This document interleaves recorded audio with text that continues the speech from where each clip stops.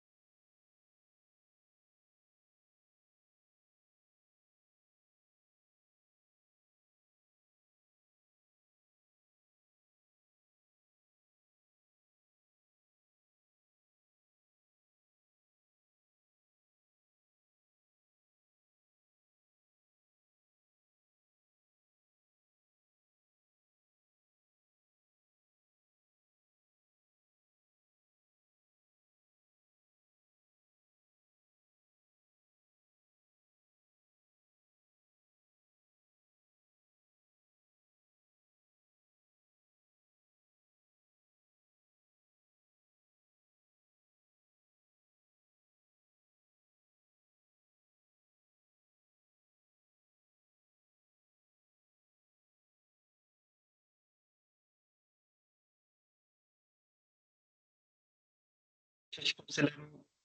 আমার কথা কি শোনা যাচ্ছে? হ্যালো। জি ভাইয়া। জি ভাইয়া, শোনা যাচ্ছে।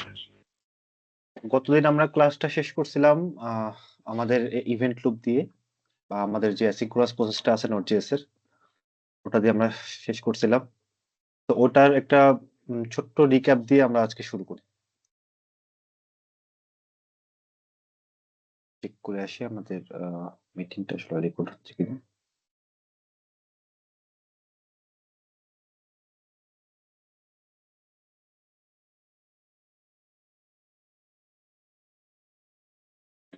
এটা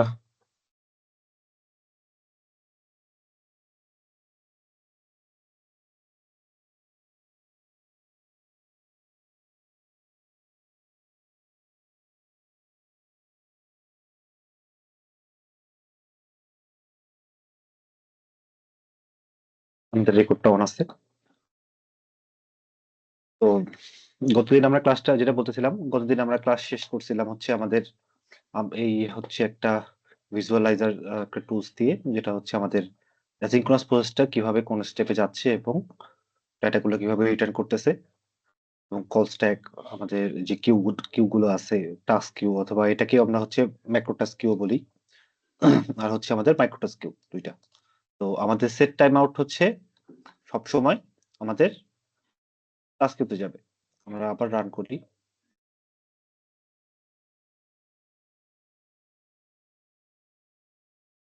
সবগুলো হচ্ছে টাস্ক কিউ বা ম্যাক্রো টাস্ক কিউতে যাবে, এরপর হচ্ছে ওরা এক্সিকিউট করবে। আর আমাদের মাইক্রো টাস্ক কিউ হচ্ছে একটা এক্সাম্পল দিই। আচ্ছা, আমাদের মাইক্রো টাস্ক কিউতে গেল, কিউতে যাওয়ার পর আমাদের মাইক্রো টাস্ক কিউতে গেছে, তারপর কলসটাকে আসছে এবং ইভেন্ট লুপ রান করার কারণে এক্সিকিউট হয়ে গেছে। Okay? তো আমি দুইটা এক্সাম্পল আজকে দেখানোর জন্য প্রিপেয়ার করছি। তো একটা এক্সাম্পল হচ্ছে এরকম, যেখানে আমাদের একটা টাইমার মেকানিজম আছে। ও স্টার্ট হওয়ার সময় হচ্ছে কনসোল টাইম করে, কনসোল টাইম, আর এখানে হচ্ছে কনসোল টাইমটা এন্ড করতে হয়, তাহলে হচ্ছে এরকম একটা আউটপুট রিটার্ন করে। সো প্রথমেও একটা এরকম আউটপুট রিটার্ন করছে। এরপরে দেখা যাক আমাদের এখানে সেট টাইম আউট আছে দুইটা। একটা নতুন টার্ম আসছে আমাদের এখানে, সেটা হচ্ছে প্রসেস ডট নেক্সট টিক। প্রসেসটা হচ্ছে জাভাস্ক্রিপ্টের একটা ইন্টারফেস, যেটাকে হচ্ছে আমরা মোটামুটি গ্লোবালি অ্যাক্সেস করতে পারি। প্রসেসর টিকটা হচ্ছে প্রসেস হচ্ছে সরি প্রসেসের আন্ডারে নেক্সট টিকটা হচ্ছে আমাদের একটা মেথড। এই মেথডটার একটা ফাংশন আছে। এই মেথডটা কাজ করে হচ্ছে যখন আমাদের ইভেন্ট লুপ রান করে, তার ঠিক ইমিডিয়েট আগে কাজ করে। ইভেন্ট লুপ রান করার ইমিডিয়েট আগে কাজ করতেছে। তো এখানে ইভেন্ট লুপ কখন রান করতেছে, আবার রান করি আমি। আমাদের টাস্কগুলা মাইক্রো টাস্ক কিউতে গেল, যাওয়ার পর এই যে micro task queue run select, এটা হয়েছে, এন্টার করছে। তো এখানে হচ্ছে ইভেন্ট লুপ, এই যে ইভেন্ট লুপটা একবার এক্সিকিউট হলো। এই ইভেন্ট লুপটা এক্সিকিউট হওয়ার আগে হচ্ছে আমাদের একটা নেক্সট টিক মেথড আছে, যেটা কল দিয়ে হচ্ছে আমরা যে কোনো কিছু এক্সিকিউট করতে পারি। তো একটা নেক্সট টিক মেথড আছে। এখানে একটা প্রমিস রেজাল্ট ইউজুয়াল আমাদের যেই মাইক্রো টাস্ক কিউ যেখান থেকে এক্সিকিউট হয়, সেখানে একটা এক্সাম্পল আছে। তো আমি রান করি। রান করলে আমার এক্সিকিউশন টাইম এটা দেখাচ্ছে। তারপর একটা সেট টাইম আউট ছিল। সেট টাইম আউট হওয়ার কারণে সেটা অটোমেটিক্যালি চলে গেছে হচ্ছে আমাদের টাস্ক কিউতে। এরপর একটা সেট ইমিডিয়েট আছে, সেটাও চলে গেছে হচ্ছে আমাদের টাস্ক কিউতে। আমি দুটো পাশাপাশি রেখে এক্সাম্পল দিই।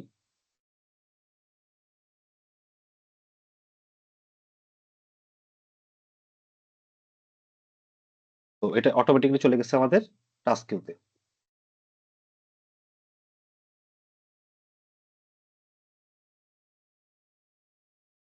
আসলে ভেঙে যাচ্ছে। Okay, এটা আবার ওপেন করি।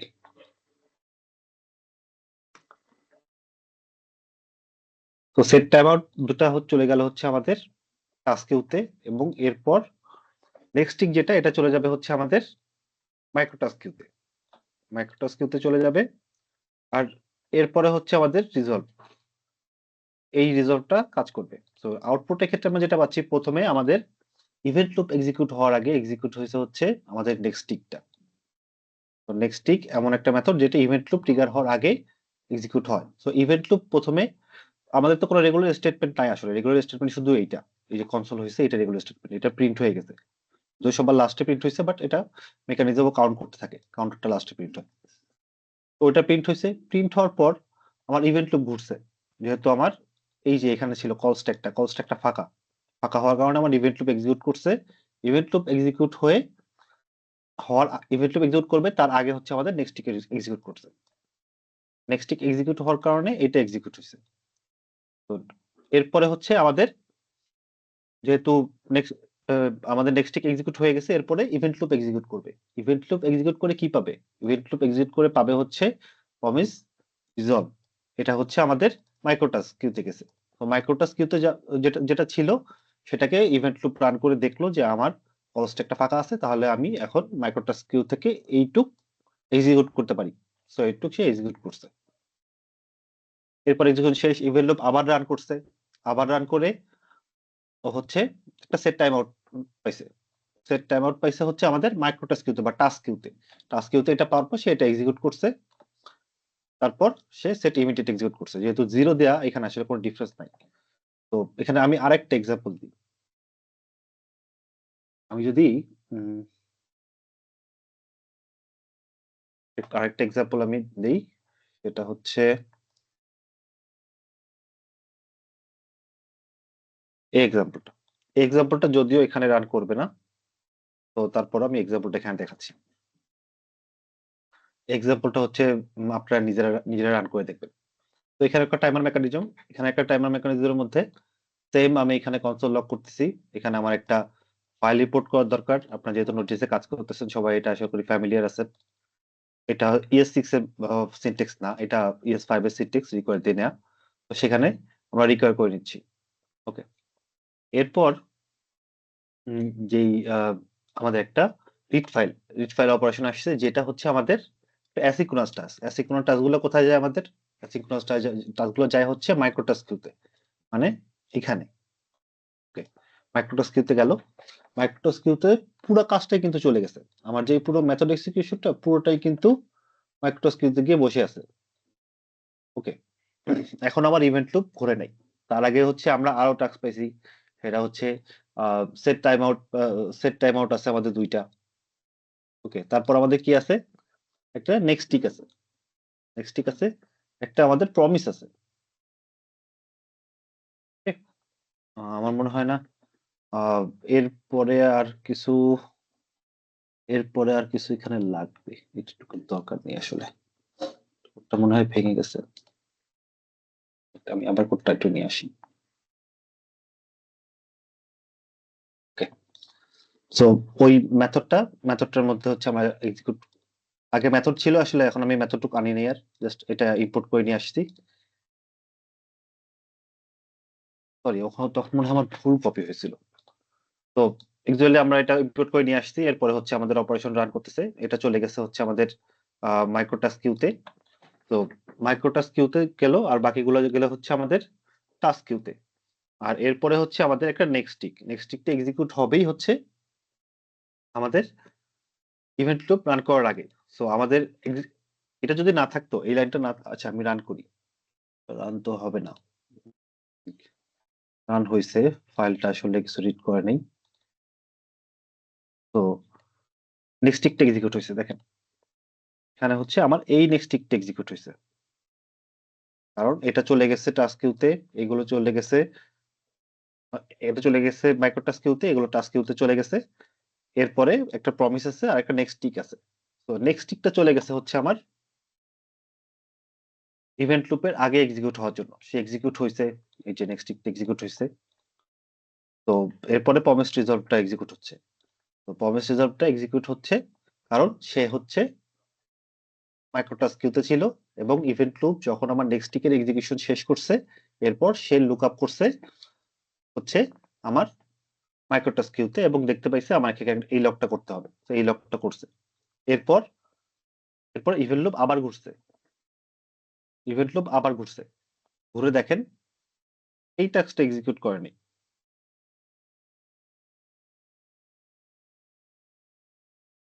কারণ দেখেন এই টাস্কটা চলে গেছে একদম একটা রিড ফাইল, এটা একটা অ্যাসিঙ্ক্রোনাস প্রসেসে চলে গেছে। এটা হচ্ছে ওয়েব হুক।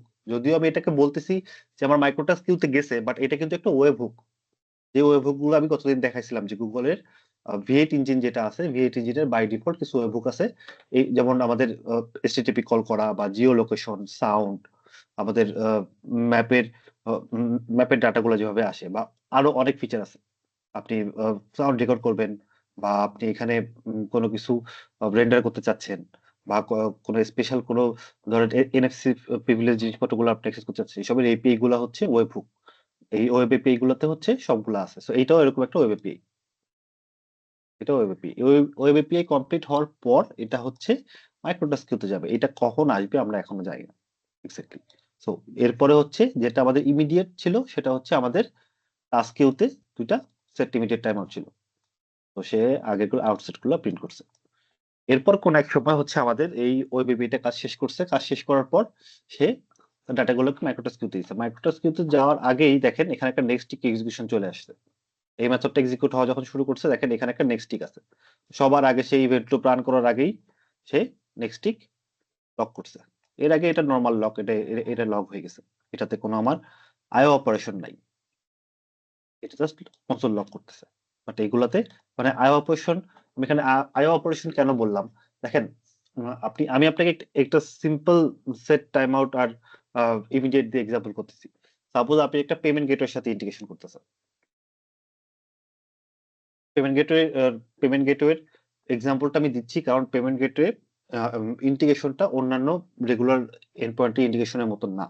আর পেমেন্ট গেটওয়ে যখনই কম্পিউটার সায়েন্সে সব থেকে সেন্সিটিভ জায়গাটা হচ্ছে আপনার ডেটা, এবং ফাইন্যান্স যখন ডেটাটা আবার ফাইন্যান্স রিলেটেড ডেটা, এটার জন্য আলাদা ভল্ট করে মানুষ ডাটাগুলো স্টোর করে রাখে। তো ওই ডাটার সাথে আমি সেটা কম্পেয়ার করে দেখাই, গুরুত্বটা বুঝেন। আপনি যে কোনো একটা পেমেন্ট গেটওয়ে, আমি যে কোনো একটা পেমেন্ট গেটওয়ে স্ট্রাইপ যদি থাকে স্ট্রাইপ দেখাই। স্ট্রাইপ খুব গেটওয়ে ফ্লো চার্ট।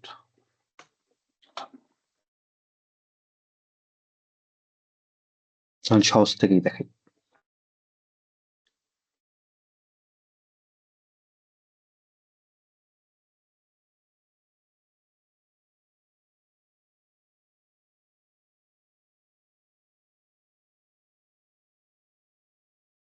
দেখেন প্রথমে কি হচ্ছে, প্রথমে আপনার আপনার ক্লায়েন্টের আপনার সার্ভার আছে, এই সার্ভার থেকে হচ্ছে আপনি একটা রিকোয়েস্ট করছেন ক্লায়েন্টের জন্য। এখানে হচ্ছে আপনার টোকেনের রিকোয়েস্ট করছেন, একবার টোকেনের রিকোয়েস্ট করছেন। টোকেনটা পাওয়ার পর আপনি এরপরে আবার কোন একটা চেঞ্জের রিকোয়েস্ট করছেন। আরেকটা স্টেপ, তিনটা স্টেপ। দেখেন সবগুলা কিন্তু ডাটা একটার থেকে একটা ট্রান্সফার হচ্ছে। দেখেন আপনারা, আমি এটা দিয়ে দিব আপনারা দেখেন। বাট আমি যেটা বলতে চাচ্ছি যে পেমেন্টটা ইনিশিয়ালি হয় কি, আপনাকে যদি কোনো এক্সটার্নাল এপির সাথে ইন্টিগ্রেশন করতে হয়, আপনি একটা টোকেন নিবেন। টোকেন নেওয়ার জন্য অনেক রকম প্রসিডিউর আছে। সেসব প্রসিডিউর আপনি ফলো করবেন। ফলো করার পর হচ্ছে আপনি একটা ট্রানজেকশন ইনিশিয়েট করবেন।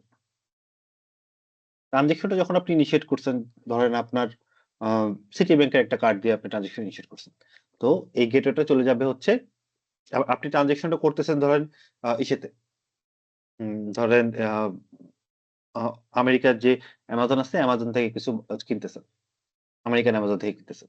তো যখন আপনি আমেরিকায় ওই কার্ডটা যখন আপনি এন্টার করবেন, তখন তো আপনার সিটি ব্যাংক চিনে না। আমি বাংলাদেশে বসে ধরেন ট্রানজেকশন করতেছি, এখন না হয় সিটি ব্যাংকে চিনে, তখন তো সিটি ব্যাংকে চিনে না। তখন ও করে কি, ওর আরেকটা মার্চেন্ট আছে। ওই মার্চেন্টটা হচ্ছে ভিসা। ও আগে দেখে কার্ডটা ভিসা অথরাইজড কিনা। ও সোজাসুজি চলে যায় ভিসার কার্ড পাওয়ার সাথে সাথে সোজাসুজি ভিসার কাছে যায়, বলে দেখো তুমি আমাকে এই কার্ডটা ভ্যালিডেট করো, ভ্যালিডেট করে তুমি আমাকে এই কার্ডের ইনফরমেশন জানাও। তো ভিসা পার কি, হ্যাঁ বলছে ভিসা ঠিক আছে, তুমি এই এটা এটা অথরাইজড, এটা অমুক দেশের অমুক একটা ব্যাংক। তো তুমি হচ্ছে এইরকম একটা জায়গায় রিকোয়েস্ট করো। তখন ওইখান থেকে যে ওদের যে গেটওয়েতে গেছে, ওদের তো একটা গেটওয়ে আছে। আপনি যখন পজ গুলো সামনে নিয়ে বসেন বা যেখানে এটিএম গুলো, সেখানে তো কোথাও গেছে, সে ওদের সাথে কমিউনিকেশন হচ্ছে। তখন ভিসা ওদের যে ইন্টারন্যাশনাল গেটওয়ে আমেরিকার, তাকে বললো যে হ্যাঁ এটা বাংলাদেশের সিটি ব্যাংকের কার্ড, তুমি অমুক এখন এই এপিআই তে যাই হিট করো। তখন ভিসারই একটা এপিআই আছে, ও ভিসার এপিআই তে হিট করে। সাপোজ ভিসা না, এটা মাস্টার কার্ডও হইতে পারে বা অন্য কোনো গেটওয়ে হইতে পারে। সো ওর কাছে একটা গেটওয়ে আছে, ও ভিসা অথরাইজ করে, ভিসা অথরাইজ করলে ওই গেটওয়েতে রিকোয়েস্ট করে, ওই গেটওয়েতে রিকোয়েস্ট করার পর ওই গেটওয়ে আসে হচ্ছে বাংলাদেশের সিটি ব্যাংকের গেটওয়ের কাছে। সিটি ব্যাংকের গেটওয়ে থেকে যখন ভেরিফাইড হলে সিটি ব্যাংক আবার ওই থার্ড পার্টি যে গেটওয়ে ছিল তার কাছে ডাটা পাঠায়। সেই গেটওয়ে থেকে ডাটা হচ্ছে ফাইনালি আমেরিকার ওই যে ট্রানজেকশন করতে আসছে যে ইন্টারন্যাশনাল গেটওয়ে তার কাছে যায়। সেই ইন্টারন্যাশনাল গেটওয়ে তারপর যখন অ্যামাজনের কাছে গেট ব্যাক করে, তখন আপনার অ্যামাজন বলে যে হ্যাঁ, আপনার ট্রানজেকশনটা সাকসেসফুল। আপনি কিন্তু একটা ইন্টারেস্টিং ফ্যাক্ট, এটা এটা কিন্তু মানে আপনাকে বসে থাকতে হয় অনেকক্ষণ। তো আপনার কোশ্চেন হইতে পারে, হ্যাঁ ইভেন্ট লুপ তো আছে, আমরা দিয়ে পাঠাই দিই না কেন? তো এটার কারণ হচ্ছে এই একটা জায়গায়, পেমেন্টের একটা জায়গায় হচ্ছে আপনার প্রত্যেকটা স্টেজ নিজে ভেরিফাইড করে। সো যখন আপনার অ্যাপ্লিকেশন থেকে বের হয়ে গেল, আপনি যখন আপনার ওই ইন্টারন্যাশনাল গেটওয়ে, অ্যামাজন থেকে ওই ইন্টারন্যাশনাল গেটওয়েকে রিকোয়েস্ট করলো, আপনি এখানে শেষ, আপনার কাজ শেষ। আপনার ততক্ষণ আপনার ইউজার কি করে, আপনার ইউজার ততক্ষণে চলে গেছে হচ্ছে ওই গেটওয়ের পেজে, গেটওয়ে ভেরিফাই করছে, এই করছে সেই করছে। তারপরে আপনি ফাইনালি গেটওয়েকে বলে দিছিলেন যে তোমার এন্ডে সব কাজ যদি শেষ হয়, আমার ইউজারকে তুমি এখানে পাঠাবা। ও হচ্ছে একটা ইউআরএল এ আপনার সাইটে গেট ব্যাক করছে, মানে অ্যামাজনের কাছে গেট ব্যাক করছে। অ্যামাজন তখন হচ্ছে ইউজারকে বলছে your payment transaction successful, fail অথবা প্রসেসিং, কিছু একটা বলছে। এখন ধরেন আপনাকে প্রসেসিং বলল, সাকসেসফুল সাকসেসফুল হয় নাই বা ফেইলও করে নাই, বাট প্রসেসিং স্টেজে আছে। তখন আপনি তো ইউজারকে নিয়ে আসছেন, হোম পেজে নিয়ে বসায় রাখছেন। তো তখন আপনাকে পেমেন্ট গেটের সাথে একটা আপনার ইন্টিগ্রেশন থাকে, সেটাকে বলা হচ্ছে ওয়েব হুক। ওয়েব হুকের থ্রুতে আপনি ডাটাটা এনে আপনার ডাটাবেজে তখন আপনি রাইট করবেন এবং পেমেন্টকে নেওয়ার পর তার সে যেটা পারচেজ করছে তার ডেলিভারি কাছে পাঠিয়ে দিবেন। তো দেখেন ওয়েটিং টাইমটা এরকম হয়। তো আপনি একটা কাজ যখন দিয়ে গেছেন, তখন আপনি জানতেন না যে এই কাজটা কখন এসে আমাকে ব্যাক করবে। আপনি কখনোই জানতেন না যে এই কাজটা কখন এসে আপনাকে ব্যাক করবে। এইজন্য এই কাজটা আপনার ওয়েব এপির কাছে গেছিল এবং এরপর যখন আসছে তখন আপনার বলা আছে কি, কি কাজ করবে। তখন আপনার নেক্সট একদম কজটাকে চলে গেছে হচ্ছে নেক্সট উইক চলে গিয়ে হচ্ছে ও আগে এক্সিকিউট হইছে। তারপরে আমার মাইক্রোটাস্ক কিউতে একটা অ্যাসিঙ্ক্রোনাস প্রসেস ছিল, সেটা এক্সিকিউট হইছে। এরপর হচ্ছে আমার টাস্ক কিউতে হচ্ছে আমাদের ২ টা প্রসেস ছিল, সেগুলো এক্সিকিউট হয়ে সব বের হয়ে গেছে। দেখেন। ওকে? হোপফুলি আপনাদের আ এই ইভেন্ট লুপটা যদি ভালো বুঝতে পারেন তাহলে অনেক ক্ষেত্রে বুঝছেন। আর যদি অনেক ক্ষেত্রে আবার আ উম এ এই কনসেপ্টটা আপনাদের যদি মনে হয় যে দেখা লাগতে পারে, তখন আপনারা আসলে দেখে নিবেন। কারণ এইটা মোটামুটি আ উম মানুষ কাজ করে, কাজ করার পর কিছুদিন গেলে হয়তো ভুলে যায়। আবার আপনাকে রিভিউ করতে হয়। তো আজকে আমাদের মেইন টপিক ছিল এটাই। কিন্তু আ আসলে ইভেন্ট লুপটা আমি গতদিন দেখায় ফেলছি। এই কারণে আর আজকে বেশি ইভেন্ট লুপ নিয়ে ডিসকাস করব না। আমি আপনাদের হচ্ছে একটা রিকোয়েস্ট ছিল, আপনাদের আ যারা কোন টপিক দেখতে চান। তো সেখানে আমি মোটামুটি আ RESTful API এর একটা বেস্ট প্র্যাকটিস এর একটা লেকচার প্রিপেয়ার করছি। সো ওটা মেইনলি আজকে আমি আপনাদেরকে দেখাবো। তো RESTful বেস্ট প্র্যাকটিস আপনি কোন স্ট্যান্ডার্ড প্যাটার্ন এ ফেলতে পারবেন না। কারণ অনেক আমার ফ্রেমওয়ার্ক আছে, অনেক ডিজাইন প্যাটার্ন আছে। সেক্ষেত্রে যেটা হয়, আ উম আ আপনাদের কিছু স্ট্যান্ডার্ড আপনারা ইউজুয়ালি ফলো করবেন মোটামুটি সব কমন জায়গায়। কিন্তু কোন একদম স্ট্যান্ডার্ড যে এটাই করতে হবে, এভাবেই করতে হবে এরকম না। তো সেখানে কিছু বেস্ট প্র্যাকটিস আ উম আমরা আমাদের কাছে যেগুলো আছে, যেমন আ আমরা এপিটা ডিজাইন রাউটিং কিভাবে হবে, authentication, security, data validation, error handling, uh object oriented mapping বা ORM, performance optimisation, logging and monitoring আর এপিআই ডকুমেন্টেশন। এখন আসলে স্ট্যান্ডার্ডটা ফলো করার দরকার কেন? স্ট্যান্ডার্ডটা ফলো করার দরকার কারণ হচ্ছে আপনারা ধরেন একটা টিমে ৩ জন ৪ জন কাজ করতেছে। তো ৩ জন ৪ জন যখন কাজ করতেছেন, আপনাদের একেকজনের কোডিং স্টাইল একেক রকম। কেউ রাউট আ আ কেউ রাউটে আগে একটা প্রিফিক্স দিতে পছন্দ করেন। কেউ আবার ডেটাবেজের ফিল্ডকে হচ্ছে প্লুরাল রাখতে পছন্দ করেন। আবার কেউ দেখা যায় যে টেবিলের নাম সিঙ্গুলার রাখবেন। তো অনেক এর মতে অনেকটা অনেকভাবে ঠিক। তো সবাই আসলে এখানে আর্গুই করতে পারি আমরা। বাট আসলে অ্যাকচুয়ালি স্ট্যান্ডার্ড আপনি যেটা আমার কাছে মনে হয় ওইটার থেকে বড় ম্যাটার হচ্ছে যে আপনারা যেটা ফলো করবেন পুরো কোড প্রসেস যেন সব জায়গায় সেম থাকে। এটা করলে যে সুবিধা সেটা হচ্ছে আপনাদের পরে যে ডেভেলপারটা কাজ করতে আসবে তাকে আসলে স্ট্রাগল করতে হবে না কোড বেস নিয়ে। আর না হলে আপনি হঠাৎ করে দেখবেন যে এটা হবেই কমনলি যে আপনি কাজ করতেছেন বা আজকে জব সুইচ করছেন, নতুন কোম্পানিতে গেছেন। ওই কোম্পানির ডেভেলপাররা যদি কোড বেস মেসড আপ করে রাখে তাহলে আপনি আসলে খুবই স্ট্রাগল করবেন আপনার এই কোড বেস থ্রুতে ইনিশিয়ালি। যখন কাজ করতে যাবেন, হয়তো সামনে গ্র্যাজুয়ালি আপনি আস্তে, আস্তে জানতে পারবেন, শিখতে পারবেন। তখন আপনি আ বুঝে যাবেন যে কোড বেস এর কোনটা কি বিজনেস লজিক। বাট তার আগ পর্যন্ত হচ্ছে আপনাকে মোটামুটি স্ট্রাগল করতে হবে। যে কিভাবে কাজ করতেছে, কেন কাজ করতেছে। জাস্ট প্রপার স্ট্রাকচার মেইনটেইন করে নাই বা যে স্ট্যান্ডার্ড গুলা ইউজুয়ালি আমরা মেইনটেইন করি সেই স্ট্যান্ডার্ড গুলো মেইনটেইন করে নাই। তো স্ট্যান্ডার্ডটা মেইনটেইন করা আসলে ভেরি ইম্পোর্টেন্ট। ওকে? আমাদের নেক্সট স্লাইড। আমরা আসলে এপিআই ডিজাইনের ক্ষেত্রে আমাদের যে HTTP মেথড গুলো আছে, আমাদের নরমাল HTTP মেথড বলতে আমরা যেগুলো বুঝি গেট, পোস্ট, পুট, প্যাচ, ডিলিট। তো এগুলো আমরা ইউজ করে থাকি HTTP মেথডে। তো এর বাইরেও কিছু HTTP মেথড আছে। যেমন head, connect, trace, purge, copy, link, unlink. তো গেটে আমরা গেট থেকে শুরু করি। গেটের কাজ হচ্ছে আপনার সব ডাটা রিট্রিভ করে নিয়ে আসা। ডাটা আনার যে কাজগুলা সেগুলা গেট করে। এখন এই ডাটাটা আপনার সবগুলো ডাটা হইতে পারে, একটা ইউজারের ইনফরমেশন হইতে পারে বা পার্টিকুলার কোনো ইউজারের ইনফরমেশন হইতে পারে। এটার কাজ শুধু ডাটা ফেচ করে নিয়ে আসা।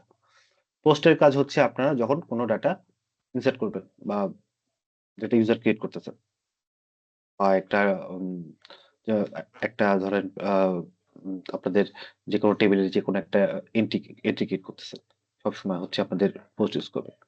পুটের কাজ হচ্ছে আ কোনো একটা রিসোর্সের যত ডেটা আছে সব একবারে রিপ্লেস করে দেয়া। সব ডেটা যখন রিপ্লেস করবেন সেটা হচ্ছে আপনার পুট মানে আপডেট যখন করবেন তখন হচ্ছে পুট। আর পার্শিয়ালি যখন আপনি আপডেট করবেন তখন হচ্ছে সেটা প্যাচ। ডিলিট এর ক্ষেত্রে ডিলিট হচ্ছে আপনারা নরমালি রিমুভ করবেন। আর অপশনস এখন খুবই কমন। আ অপশনস হয়তো আপনারা রেগুলারলি ইউজ করেন না বা আপনারা খেয়াল করেন না যে অপশনস ইউজ হচ্ছে। প্রত্যেকটা রিকোয়েস্টের আগে আম চেক করে দেখে প্রি ফ্লাইট থাকে যে আমি ওই সার্ভারে অ্যাক্সেস করতে পারবো কিনা। যদি ওইটা অ্যাক্সেস করতে পারি তখনই তারা ফাইনালি রিকোয়েস্ট করে। আপনার ব্রাউজারে কনসোলে এটা খুঁজে দেখবেন যে প্রি ফ্লাইট নামে একটা অপশন আছে। ওইটার কাজ হচ্ছে আগে রিকোয়েস্ট করে নেয়া। সো অপশন খুব কমন ইউজ হয় বাট আমরা খেয়াল করি না। আচ্ছা। এরপর আমাদের যেমন হেডের কাজ হচ্ছে আ আপনার যে হেডার গুলা আছে, হেডার গুলা পাওয়া বা হেডার নিয়ে কাজ করার জন্য হচ্ছে হেড। কানেক্ট হচ্ছে আপনার ওই সার্ভারের সাথে কানেক্ট হওয়া। ট্রেস আপনি ওই সার্ভারটা এক্সিস্ট করে কিনা সার্ভারে কোনো কিছু খুঁজবেন, সেটাকে হচ্ছে ট্রেস মেথড ইউজ করে। পার্জ আছে ডিলিট করার জন্য, কপি আছে। আবার ধরেন কোনো কিছু রিলেশন করতেছেন তখন লিঙ্ক আছে, আনলিঙ্ক আছে। এই মেথড গুলো ইউজুয়ালি ইউজ হয় না বাট এই মেথড গুলো হচ্ছে HTTP মেথডে আছে। আচ্ছা, আমরা কিছু এন্ড পয়েন্ট গুড আর ব্যাড এক্সাম্পল দেখি। যেমন গুড এক্সাম্পল গুলো হচ্ছে আপনার যখন ইউজারের কোনো একটা রাউট লিখবেন, চেষ্টা করবেন যে নাউন ইউজ করতে। কোনো ভার্ব ইউজ না করতে। যেমন অনেকে আমরা এরকম get user, create user, update user, delete user এসব আমরা লিখি।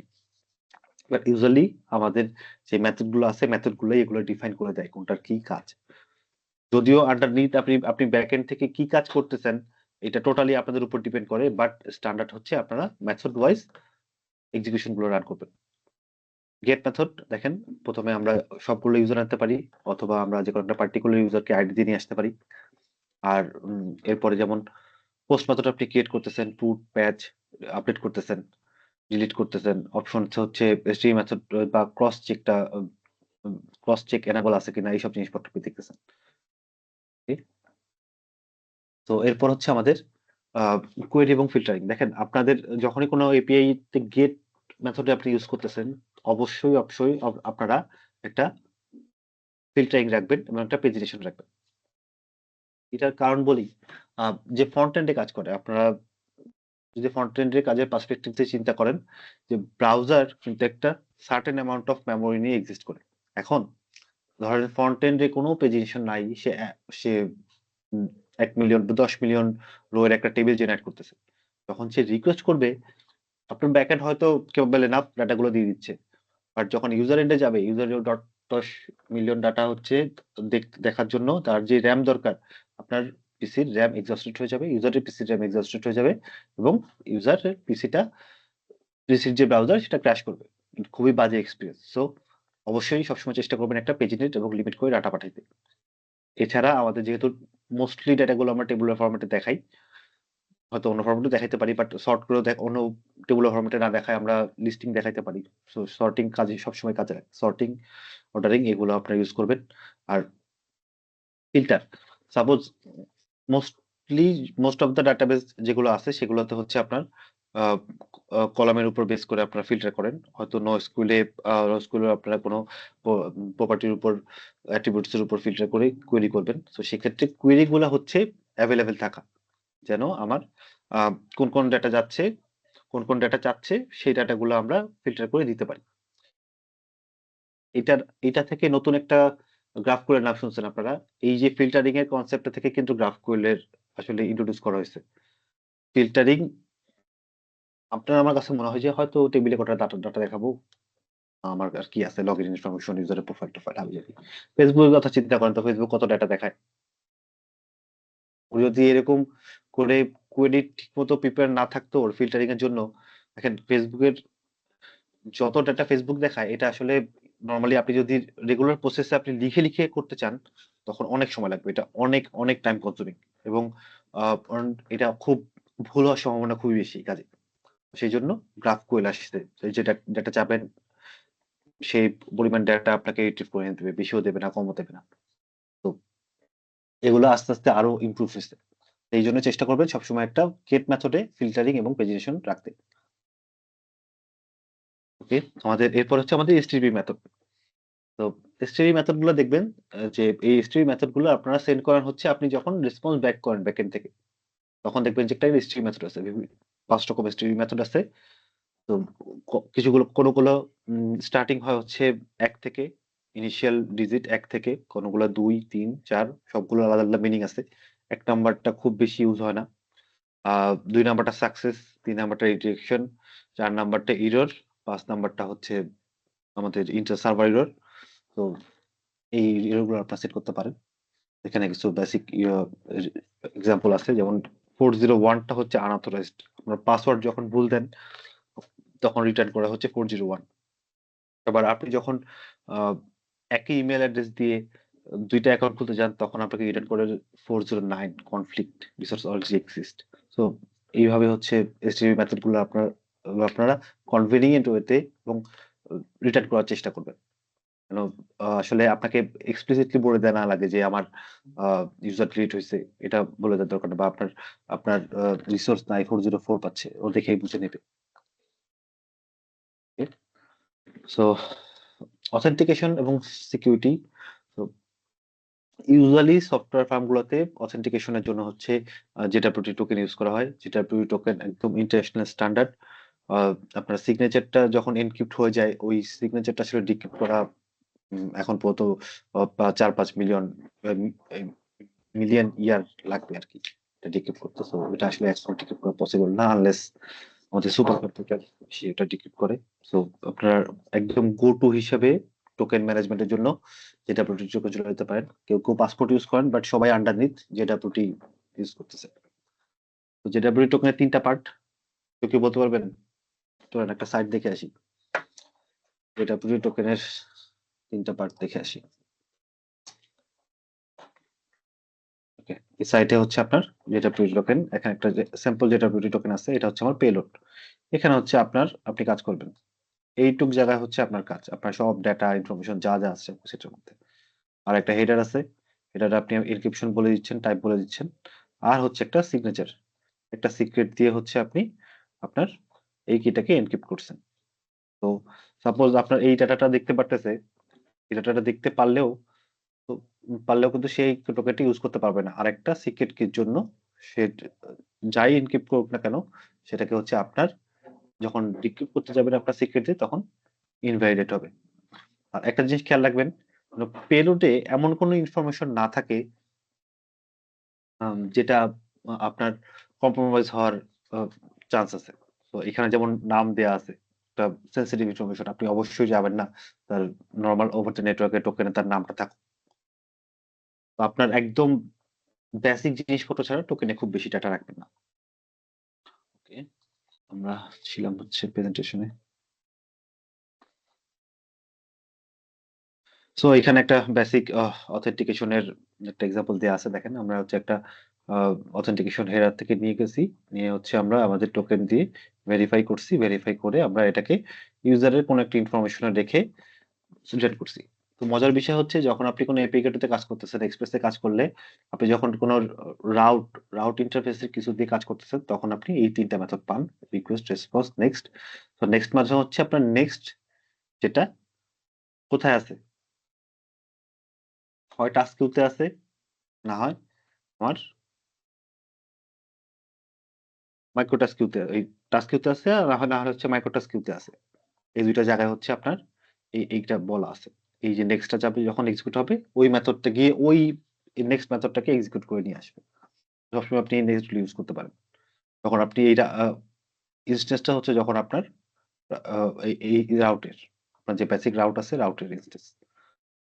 তো এভাবে হচ্ছে আপনারা অথেন্টিকেশন করতে পারেন। আর এরপরে হচ্ছে যেটা আসলে আমি এক্সাম্পলটা দেই নাই, কারণ এটা ডিপেন্ড করে, আপনি এটা ভুরি ভুরি এক্সাম্পল ইন্টারনেটে পাবেন। সো রোল বেসড অ্যাক্সেস আর হচ্ছে অ্যাট্রিবিউট বেসড অ্যাক্সেস, দেখেন এটা দুইটাই স্ট্যান্ডার্ড। এমন না যে আপনি একদম স্ট্রিক্টলি আপনাকে অ্যাট্রিবিউট বেসড অ্যাক্সেস ইউজ করতে হবে, এরকম না। আপনার যেটাতে যেভাবে রেখে সুবিধা। ধরেন আপনি একটা অ্যাডমিন প্যানেল বানাচ্ছেন, যেটা একটা রোলের ধরেন 100টা ইউজার ক্রিয়েট হতে পারে, তখন আপনি রোল বেসড অ্যাক্সেসে যান। যেহেতু আপনার গ্রুপ ওয়াইজ রোলটা ম্যানেজ হচ্ছে, তখন আপনি রোল বেসড অ্যাক্সেস যান। যখন আপনার একদম কোনো ইউজারের সাথে কোনো ইউজারের সম্পর্ক নেই, যেমন ধরেন আপনি আহ, আজকে লিঙ্কডইনের একটা প্রিমিয়াম সাবস্ক্রিপশন নিছেন, কোনো ইউজারের সাথে কোনো ইউজারের কিন্তু পারমিশন নাই। যে ইউজার যে অ্যাক্সেস নিচ্ছে, সেই ইউজার শুধু সেটাই দেখবে। তখন সেই ক্ষেত্রে হচ্ছে আপনারা অ্যাট্রিবিউট বেস অ্যাক্সেস যান। ধরেন আপনার ইউজারও একটা রোল হইতে পারে, যত ইউজার আছে সব রকম ইউজারের আমার সেম রোল পাবে, তখনও কিন্তু আপনার রোল বেস অ্যাক্সেসই পড়তেছে, তখন কিন্তু আপনার অ্যাট্রিবিউট বেস অ্যাক্সেসে যাওয়া লাগতেছে না। তো এই জিনিসগুলা।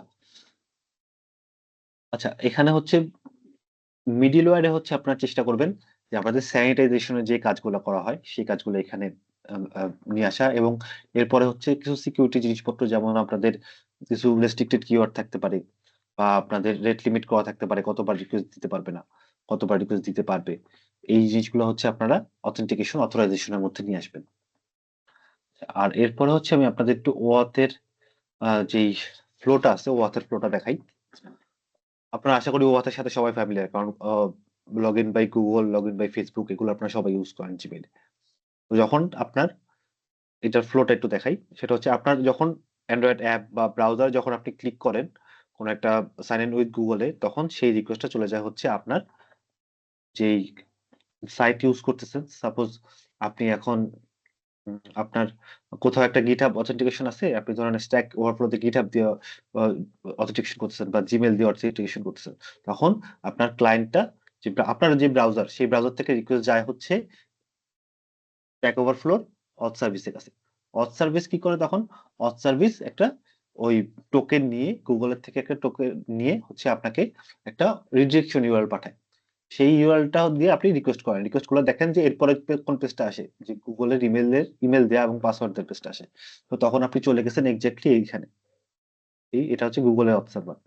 গুগলের অথ সার্ভার গেছে, গুগলের অথ সার্ভারে যাওয়ার পর আপনার এই যে এখান থেকে ইউজার একদম ক্লায়েন্টে এখানে রিকোয়েস্ট করে ফেলছে, ওই যে গুগল থেকে ইউজার রিকোয়েস্ট করলো। তো রিকোয়েস্ট করার পর আপনাকে ব্যাক করা হবে আবার আপনার ক্লায়েন্টের কাছে।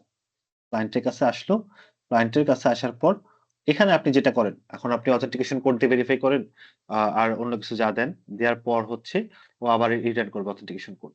দেওয়ার পর ফাইনালি আপনাকে আপনার ক্লায়েন্ট এন্ডে হচ্ছে অথ সার্ভার একটা যেটা টোকেন রিটার্ন করে সেই টোকেনটা দিয়ে হচ্ছে আপনার পুরো এক্সেসটা কমপ্লিট হয়। তো এটার এক্সাম্পল আপনারা পাবেন। সো এই OAuth-এর এক্সাম্পলটা আমাদের এখন মডার্ন অথেন্টিকেশন অথরাইজেশনের জন্য OAuth-টা এখন খুব বেশি কনভিনিয়েন্ট। আর OAuth-এর ইমপ্লিমেন্টেশনের জন্য আপনার যদি কোনো প্রজেক্টে ধরেন মাল্টিপল OAuth অথেন্টিকেশন করাবেন, যেমন Facebook, Google, GitHub একসাথে দিচ্ছেন, তখন আপনারা গো টু ভাবে Firebase ইউজ করতে পারেন। Firebase একসাথে তিনটার ফিচার প্রোভাইড করে। Firebase অথেন্টিকেশন দিয়ে করলেই আপনি হচ্ছে যেকোনো মিডিয়ামে গিয়ে অথেন্টিকেট করে নিয়ে আসতে পারবেন। ডেটা ভ্যালিডেশন, দেখেন ডেটা ভ্যালিডেশন প্রত্যেকটা রিকোয়েস্ট ট্রাই করবেন যে আপনার ডেটাগুলোর জন্য ভ্যালিডেট হয়ে আসে। আপনি কখনোই চাবেন না যে আপনার SQL কোয়েরি থেকে 1 = 1 লিখে পাঠাইছে। 1 = 1 দিলে কি হয় আপনারা কখনো কোয়েরি করে দেখেন। সো আপনি চাবেন না যে আনঅথরাইজড জিনিসপত্র আপনার কন্ট্রোলার পর্যন্ত আসুক। সো সব জিনিসপত্র আপনি স্টপ করে দিবেন হচ্ছে আপনার মিডলওয়্যার লেভেলে রিকোয়েস্ট প্রসেসিং এর ক্ষেত্রে। দেখেন আপনার কত রকম অ্যাটাক হইতে পারে।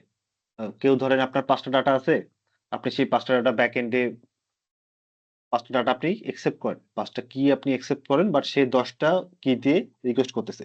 এই ডাটাটা আপনার প্রসেস করে রিটার্ন করতে আপনার একটা কম্পিউটেশনাল কস্ট আছে। এই ডাটাটা নিয়ে আপনি চাবেন এটা ভুল ডাটা, আমি কাজ করার আগে একে বাদ দিয়ে দিব। তো এখানে একটা ডাটা এন্ট্রি, ইনভ্যালিড ডাটা এন্ট্রির একটা প্রিভেনশন পাচ্ছেন। আচ্ছা, এটা সিকিউরিটি এনশিওর করবে। ধরেন যে আপনার একটা ইমেইল ফিল্ড বা একটা ফোন নাম্বার ফিল্ড, আপনি চাবেন না অবশ্যই ফোন নাম্বার ফিল্ডে কেউ নাম লিখে দিক। সো এই ডাটাটা অবশ্যই সিকিউরিটি এনশিওর করতেছে। এটা ডাটা ইন্টিগ্রিটি এবং কনসিস্টেন্সি এনশিওর করে। আর ডেটাগুলা যখন আপনি প্রসেস করে নিয়ে আপনার কন্ট্রোলার পর্যন্ত যাচ্ছেন বা মডেল পর্যন্ত যাচ্ছেন, তখন ডাটাগুলো প্রসেস থাকলে আপনাকে আসলে ডাটা রিলায়েবল ডাটা আপনি এই ডাটাটা নিয়ে ডিবি কোয়েরি করতে পারবেন, কোনো সমস্যা নেই। সো সব কাজটা আপনি কন্ট্রোলার বা হ্যান্ডেলার যাই বলেন আসার আগে হচ্ছে ম্যানেজ করে আসবেন। তো দেখেন এইটার আরো কিছু এক্সাম্পল আছে। আপনি এখন যদি ভ্যালিডেশন না রাখেন, দেখবেন কোন সাইটে ভ্যালিডেশন করতে গেছেন, সবগুলা লেখার পর সাবমিট করলে আপনাকে বলতেছে ওই জায়গায় এরর আছে, ওই জায়গায় এরর আছে। আবার কোন সাইটে হচ্ছে আপনি লেখার সাথে, সাথে বলে দিচ্ছে যে আপনার এখানে একটা ভুল আছে, এখানে একটা এক্সট্রা স্পেশাল ক্যারেক্টার লাগবে, এখানে একটা নাম্বার লাগবে। কোনটার এক্সপেরিয়েন্স ভালো? অবশ্যই যেটা ভ্যালিডেট করে দিচ্ছে রিয়েল টাইম ওইটা। সো এটা ইউজার এক্সপেরিয়েন্স এর উপর হচ্ছে ইমপ্যাক্ট করে। আর ডেটাবেজের লোড, যেমন আপনাকে একটা ভুল উল্টাপাল্টা, আপনার যেখানে ইন্টিজার হওয়া দরকার একটা ইউজারের আইডি, আপনি ইউজারের ডাটা কোয়েরি করে নিয়ে আসতেছেন, ওইখানে যদি কেউ নাম দিয়ে পাঠায়, ওইটা কি আপনার কোনো প্রয়োজন আছে ওই রিকোয়েস্টটা পুরা নিয়ে ডাটাবেসের কাছে নিয়ে কোয়েরি করে বলা যে না তোমার কাছে ডাটা নাই? তো আপনি আগে টাইপ চেক করে কিন্তু এটাকে রিজেক্ট করে দিতে পারতেছেন, না তোমার রিকোয়েস্টটা ভুল। এই জিনিসগুলো হচ্ছে প্রোভাইড করে আপনার ভ্যালিডেশন। এখানে একটা এক্সপ্রেস ভ্যালিডেটর এক্সাম্পল আছে। দেখেন আপনার এই চেক করতেছে রিকোয়েস্টে, এটা একটা middleware request email with message, দেখেন না হলে উইথ মেসেজ ইনভ্যালিড ফরম্যাটে রিটার্ন করতেছে। এরপর দেখেন পাসওয়ার্ড চেক করছে, লেন্থ চেক করছে, কি মেসেজ দিবেন সেটাও বলে দিচ্ছে। তো এখানে এক্সপ্রেস ভ্যালিডেটর ইউজ করা হয়েছে, বাট ওয়াইডলি কমন হচ্ছে জই ভ্যালিডেটর .js এর জন্য। আচ্ছা, এখন error handling. So error handling গুলো কি করে? সবসময় আপনারা যেখানে আপনাদের এরর হওয়ার একটা চান্স আছে। সাপোজ আপনি একটা JSON পার্স করতেছেন, টাইপ কাস্ট করতেছেন, ডাটাবেজে কানেকশন ক্রিয়েট করতেছেন, বা কোন ডাটা এক্সটার্নাল API হিট করতেছেন। সব জায়গায় এরর হওয়ার চান্স থাকে। সো চেষ্টা করবেন সবসময় একটা এরর হ্যান্ডেল করা। ট্রাই ক্যাচের ভিতর কোড লেখা। আর এরর গুলো এরকম, এটা দেখেন, এটা ট্রাই ক্যাচ একদম নরমাল সিনক্রোনাস টাস্ক, কোনো আমার অ্যাসিনক্রোনাস প্রসেসে কিছু যাচ্ছে না। সিনক্রোনাস টাস্কের জন্য দেখেন নরমাল ট্রাই ক্যাচ। এরপরে একটা ট্রাই ক্যাচ, এটা হচ্ছে আমার অ্যাসিনক্রোনাস টাস্কের জন্য। এটা হচ্ছে ওয়েব এপিআই কল হচ্ছে ওরকম। ওই যে ওয়েব এপিআই কল হয়ে আবার মাইক্রোটাস্ক কিউতে আসবে। আসার পর আপনি দেনে ডাটা পাবেন। ডাটা পেয়ে এরপরে হচ্ছে আপনার ক্যাচ। একটা ক্যাচ অবশ্যই থাকবে। তাহলে আপনি ফাইনালি ইউজ করতে পারেন। তো এরপরে দেখেন একটা অ্যাসিনক্রোনাস টাস্ক, এখানে দেখেন ট্রাই ক্যাচ। এটা একটা অ্যাসিনক্রোনাস ওয়েট টাস্ক এবং দেখেন ট্রাই ক্যাচ। এটা অটোমেটিক্যালি হচ্ছে একটা প্রমিস রিটার্ন করে। এখানেও প্রমিস রিটার্ন করে, এখানেও প্রমিস রিটার্ন করে। বাট এখানে হচ্ছে আপনি রিজেক্ট দেন গুলা পান। এই দেন এখানে ২ টা অপশন রিটার্ন করে। একটা হচ্ছে রেসপন্স, একটা হচ্ছে রিজেক্ট। যদি রেসপন্স হয় তখন দেন কাজ করে, রিজেক্ট হলে এটা কাজ করে। আর এখন ওয়াইডলি কমন হয়ে গেছে হচ্ছে অ্যাসিঙ্ক ওয়েট। অ্যাসিঙ্ক ওয়েট হচ্ছে আপনি ওয়েট করে চলে যাবেন। ওয়েট করাবেন আরকি ওকে। এই রিকোয়েস্টটা দিয়ে ওয়েট করাবেন। ও যখন রেসপন্স করবে তখন হচ্ছে আপনাকে এটা এক্সিকিউট করে যাইতে হবে। সো আর চেষ্টা করবেন সবসময় একটা গ্লোবাল এরর হ্যান্ডলার রাখতে সবসময়। ওকে। আর ওআরএম আমাদের ইউজ করা আমাদের একটা স্ট্যান্ডার্ড। কারণ ওআরএম এর যে সুবিধাগুলো, আপনি যদি র এসকিউএল লেখেন, র এসকিউএল আপনার জন্য লেখা অনেক কষ্ট। এরপরে অনেকের জন্য এটা হয়তো কোয়েরিতে সে এক্সপার্ট না, সে আপনার র এসকিউএলটা দেখে হয়তো বুঝবেও না। এই রিডেবিলিটি গুলা বা প্রোডাক্টিভিটি গুলা বাড়ায় হচ্ছে ওআরএম ইউজ করলে। মঙ্গো কিছু কমন ওআরএম এর নাম বলি। যেমন সিকুয়েলাইজার। সিকুয়েলাইজার একদম ডিরেক্ট র নোড.js এ কাজ করলে আপনি সিকুয়েলাইজার ইউজ করবেন। আপনি যদি টাইপস্ক্রিপ্টে কাজ করেন তাহলে টাইপ ওআরএম ইউজ করবেন। আপনি যদি মঙ্গোডিবি নিয়ে কাজ করেন তখন মঙ্গোস ইউজ করবেন। আপনি যদি অন্য কোনো ল্যাঙ্গুয়েজে কাজ করেন তখন অন্যান্য ল্যাঙ্গুয়েজের ওআরএম আছে, যেমন গোল্যাং এর গর্ম আছে। তো এরকম অনেক ওআরএম গুলো আপনারা ইউজ করবেন, কারণ হচ্ছে ওআরএম গুলো অপটিমাইজড এবং আপনাকে আউট অফ দ্য বক্স এমন কিছু বিল্ডিং মেথড দেয় যেগুলো হচ্ছে আপনার, যেগুলো দিয়ে হচ্ছে মোটামুটি আপনার সব ডিবি রিলেটেড কাজগুলো আপনি কমপ্লিট করে দিতে পারবেন। এবং আউট অফ দ্য বক্স ওরা যে ফিচার গুলো দেয়, যেমন ওরা হচ্ছে একটা শর্ট হ্যান্ড ইন্ডেক্স দেয়। যেমন এখানে দেখেন, আপনার র কোয়েরি লিখলে এত বড় হইতো, বাট আপনি যদি যখন ওয়ার্ড ইউজ করতেছেন আপনার কোয়েরিটা হয়ে গেছে এত বড়। ওকে। তো এরপরে যেমন দেখেন কমন মেথড গুলা বলা আছে। রিডিউস দেখেন, আপনি এই মেথড গুলো ডিরেক্ট লিখতেন। ধরেন আপনি যদি ওআরএম না ইউজ করেন, একটা মেথড আপনি বারবার লিখতেছেন, বা কোথাও একটা জায়গায় এসকিউএল একটা লাইব্রেরি বা একটা কনফিগারেশন হিসেবে একটা কোয়েরি লিখে আসছেন, ওই কোয়েরিটা আপনি সব জায়গায় নিয়ে ইউজ করতেছেন, তো ভুল হওয়ার চান্স বেশি। এটা হচ্ছে এই জিনিসগুলো প্রিভেন্ট করে হচ্ছে আপনার ওআরএম। ওআরএম গুলো হচ্ছে আপনার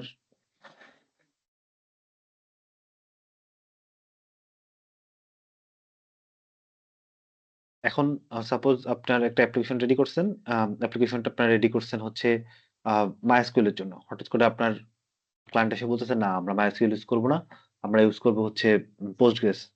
তখন কি আপনি আপনার কোডে ওই যত র এসকিউএল লিখছেন সব চেঞ্জ করবেন? অবশ্যই না। আপনি যাবেন একটা ওআরএম ইউজ করতে যে কিনা আমার ইন্ডিপেন্ডেন্ট ভাবে যে কোনো ডাটাবেজের উপর কাজ করতে পারে। আচ্ছা, সেফটি আর সিকিউরিটি গুলা হচ্ছে ওআরএম নিজে হ্যান্ডেল করে। যেই এসকিউএল ইনজেকশন গুলো আছে, এগুলো ওআরএম নিজে হ্যান্ডেল করে দেয়। আর হচ্ছে ওআরএম গুলা যে আপনার স্কিমা গুলা আরো ভালোভাবে মেইনটেইন করে। যখন কোড স্ট্রাকচার লিখবেন দেখবেন যে স্কিমা গুলা লেখার ক্ষেত্রে আপনি যখন ওআরএম ইউজ করেন তখন অনেক সুবিধা পাবেন।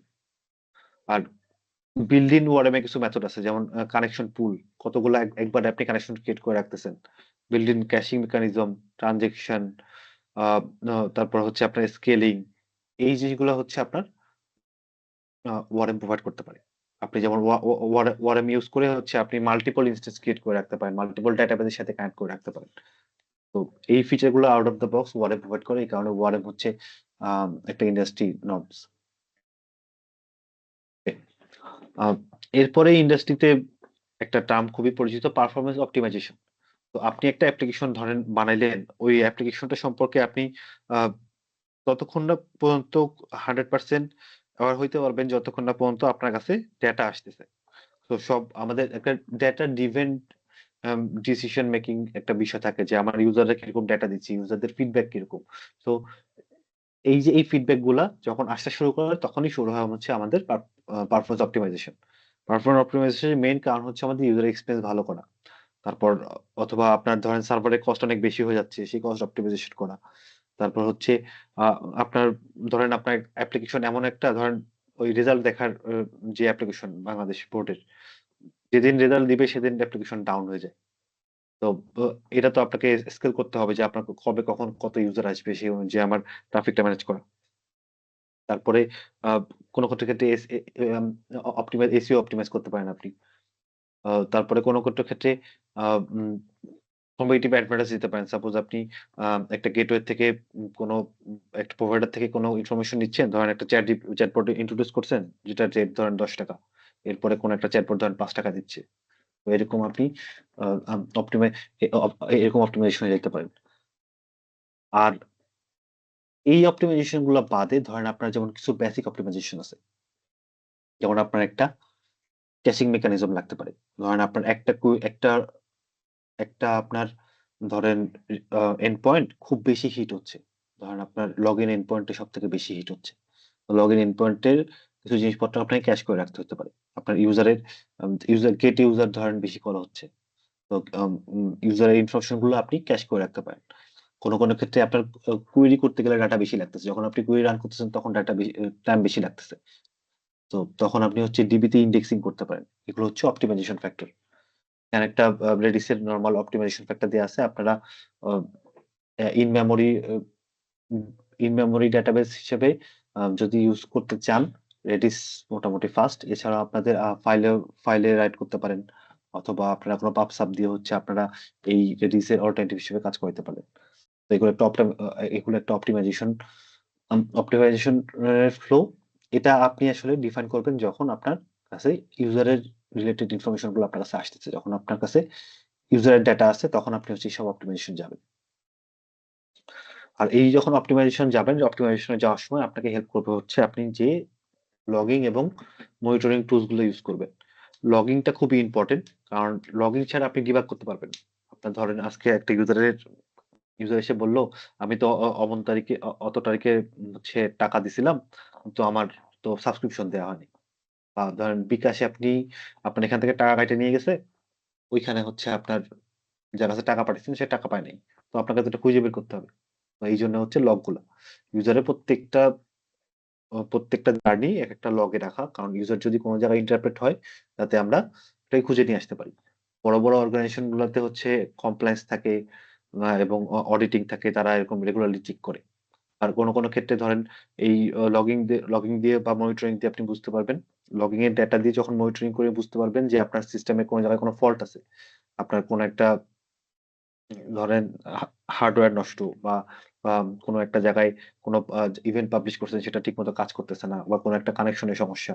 তো রুট কজ গুলো বের করা এবং সলভ করা, এগুলো হচ্ছে আপনার লগিং এর মাধ্যমে আপনি ডেটাগুলো ইনফরমেশন গুলো নিয়ে আসতে পারেন। আর এর বাদে হচ্ছে আপনি কিছু মনিটরিং টুলস ইউজ করতে পারেন, যেমন ইএলকে স্ট্যাক বা ক্লাউড লগিং। আর যদি আপনার মাইক্রো সার্ভিসের দিকে ইউজ করেন, তাহলে হচ্ছে ওপেন টেলিমেট্রি খুব পপুলার এই মনিটরিং গুলো করার জন্য। আর যখন আপনারা ক্লাউড সার্ভিস ইউজ করতেছেন, এডব্লিউএস বা জিসিপি ক্লাউড সার্ভিস ইউজ করতেছেন, ওইখানে হচ্ছে আপনারা ওদের বিল্ড ইন কিছু মনিটরিং টুল আছে, ওগুলো ইউজ করতে পারবেন। তো এইটা ইন্টিগ্রেশন করাটাও একটা ইন্ডাস্ট্রি স্ট্যান্ডার্ড। তো এখানে আমরা নরমাল একটা লগের লগ কিভাবে করতে হয় নোট জেএস এ ইনস্ট্যান্স দিয়ে। তো আপনারা চেষ্টা করবেন একটা লগের ফরম্যাট রাখতে। দেখেন 4 রকমের লগ হয়। একটা হচ্ছে আপনার ৪ রকমের লগ না বলি, আপনার ৪ রকমের এনভায়রনমেন্ট হয়। আ আপনার একটা ডেভ এনভায়রনমেন্ট, একটা স্টেজিং এনভায়রনমেন্ট, একটা হচ্ছে প্রোডাকশন এনভায়রনমেন্ট, একটা হচ্ছে লোকাল এনভায়রনমেন্ট। ৪ রকম এনভায়রনমেন্ট চিন্তা করে হচ্ছে আপনি ৪ রকম লগ দিবেন। আবার লগের ক্ষেত্রে কোনটা ইনফো লগ, কোনটা ওয়ার্নিং, কোনটা ডেঞ্জার, কোনটা হয়তো ব্লকার। এরকম হচ্ছে আপনার বিভিন্ন টাইপের ট্যাগ থাকে লগ দেওয়ার সময়। সো যাতে আপনি বুঝতে পারেন কি টাইপের ওয়ার্নিংটা হইছে। এই একটা লগিং মেকানিজম হচ্ছে আপনারা সবসময় আপনাদের কোডে রাখার চেষ্টা করবেন। এরপরে হচ্ছে একটা টুলস এপিআই ডকুমেন্টেশন। দেখেন আপনি একটা ব্যাকএন্ড এর একটা এপিআই গেটওয়ে বানাইছেন। এপিআই গেটওয়ে বানানোর পর এই কাজটা তো কাউকে ইন্টিগ্রেশন করতে হবে, ফ্রন্ট এন্ড এর কাছে যাইতে হবে। সো এপিআই এর যে ডেটা গুলো আছে এগুলো অবশ্যই ফ্রন্ট এন্ড এর কাছে আপনি শেয়ার করবেন। কেউ হয়তো পোস্টম্যান কালেকশন করে, কেউ হপস্কচের কালেকশন করে, কেউ আবার রিডমি লিখে দেয়। এরকম একটা অপশন হচ্ছে আপনাদের সোয়াগার। সোয়াগারটা হচ্ছে ওপেন এপিআই প্রোভাইড করে। তো সোয়াগার ক্ষেত্রে যে সুবিধাটা আপনারা পাবেন সেটা হচ্ছে আপনাদের যখন কেউ রান করার সাথে সাথেই আপনার একটা ডকুমেন্টেশন একটা নতুন ইউআরএল এন্ড পয়েন্ট রেডি হয়ে যায়। আর এটা দরকার কেন? কারণ আপনি যত বেশি ডকুমেন্টেড করবেন এর পরে যে ডেভেলপারটা আসতেছে সে হচ্ছে সহজে কাজ করতে পারবে। সো আপনি কোন জায়গায় হয়তো ১ম ডেভেলপার, বাট আপনি এর পরে যখন আবার নতুন চাকরিতে যাবেন বা নতুন কাজে যাবেন তখন আপনি হয়তো 2nd, 3rd ডেভেলপার হবেন। তো ১ম ডেভেলপার যদি ভালোমতো ডকুমেন্টেড না করে তখন হচ্ছে আপনার স্ট্রাগল করতে হবে। সো এটা চিন্তা করে আপনারা নিজেদের তাগিদেই এই ডকুমেন্টেশন গুলো করে রাখবেন। যাতে এবং ধরে রাখবেন যেন অন্য কেউ আপনার জন্য ডকুমেন্টেশন করে রাখে জব সুইচ করার ক্ষেত্রে। তো সোয়াগারটা আপনারা দেখতে পারেন। সোয়াগারের ইন্টিগ্রেশন যেকোনো জায়গায় পাওয়া যাবেন। সো সোয়াগার একটা মোটামুটি হ্যান্ডি টুল। এছাড়া আপনার পোস্টম্যান কালেকশন দিয়ে ইউজ করতে পারেন। তো এগুলো ছিল আজকে আমাদের মোটামুটি ডিসকাশন। এগুলো আপনারা অনেক কিছুই আপনারা হচ্ছে আপনাদের আম যেই শিটটা শেয়ার করছিলেন আপনাদের অনেক কিছু জানার ছিল। সেগুলো থেকে কিছু টপিক আমি আজকে ডিসকাস করছি। এরপর হয়তো আপনাদের সাথে আমার আর ক্লাস পড়বে না। হয়তো শেষের দিকে একটা ক্লাস পড়তে পারে। তো তারপরেও আপনারা যদি কোন ডিসকাশন থাকেন আমাদের ফোরামে বলবেন। আমরা চেষ্টা করব ওখান থেকে আনসার দিতে। কারো কোন কোয়েশ্চেন আছে? হ্যালো? যদি কারো কোন কোয়েশ্চেন না থাকে আমরা এখানে শেষ করব।